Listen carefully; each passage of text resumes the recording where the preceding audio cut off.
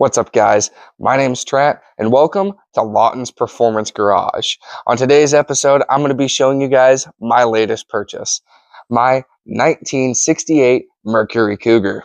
Now, I am so excited to have purchased this, as this has been one of my dream cars, and I can't wait to post this for you guys on YouTube. Now, I plan to do this full build on here, and I'll do a little walk around for you guys today to show you guys what I have planned and the current car's condition.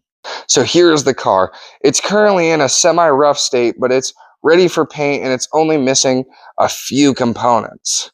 Now, this car is missing an engine and transmission. However, I got it for a good enough price that it was well worth it. But seeing as it's missing a motor and transmission, that gives me the ability to make this car as custom as I'd like it to be. Now, this car, although it's missing paint, is in very good condition. It's got little to no rust. It's got a nice, clean, complete interior. It's not complete at the moment, as I've taken some of the stuff out. I had to tow it home in the rain when I brought it from Oregon down here to California. So it's missing a few of the components in the interior right now, as I just took them out to let them dry. Now, as I said, being that this car is incomplete gives me a world of opportunities to make it as custom as I want it to be.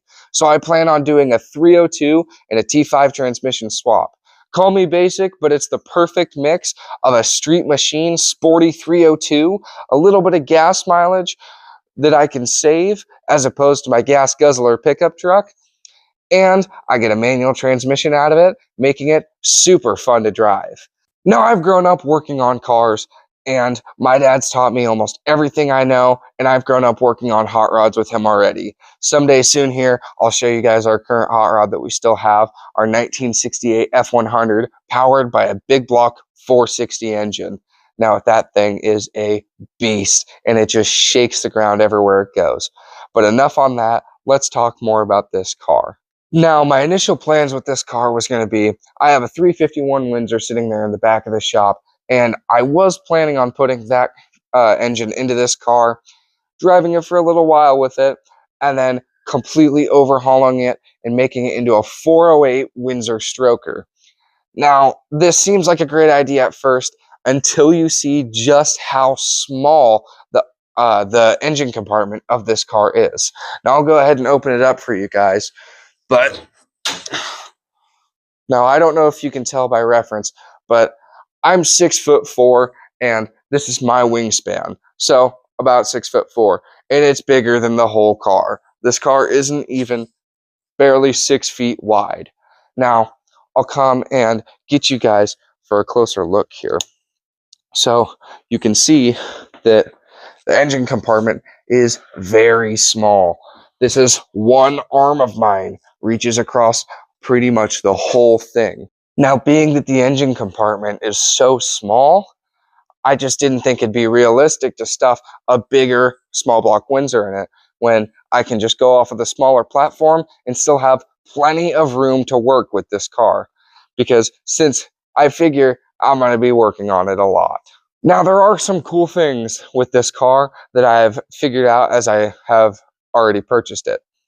Now, I took some looking into it. Now, I don't know everything in the world about these Mercury Cougars, but this is a base model Cougar, and I would not have suspected that this car comes with disc brakes. This car comes with power brakes. This car is equipped with power steering, and not to mention all of this, this car had air conditioning. So where I live, it gets very hot in the summer, around 110 to 115. So air conditioning is going to be a must-have if I'm going to drive this car year-round like I plan to. And mentioning all of this, I'm still only 16 years old and in high school. So building this car is going to be quite tricky. Since I'm also a football player, I don't have much time to go out and get a job. So I'm going to be working my tail off to do as many side jobs to fund this project. Now, I'm sure if you watch my previous videos, you'll see that I had a 212 powered shifter go-kart. Now, this thing was cool. It was almost 8 feet long. It was a huge car, as I'm a very big guy. but wasn't practical anymore. It just wasn't suiting what I could do with it. You know, I live in a neighborhood, as you saw in the video of me ripping around, and the neighbors are getting a little mad at it. So I just went ahead and sold that, and that gave me a ton of pocket change to fund this project. Now, I hope to be making the rest of these videos on me actually working on this car. I should be having some parts on the way relatively soon, and I should be getting a motor and transmission for it sooner than you'd expect. So I am so excited at how fast this project's going to progress, and I am so glad to have each and every one of you along the ride for it.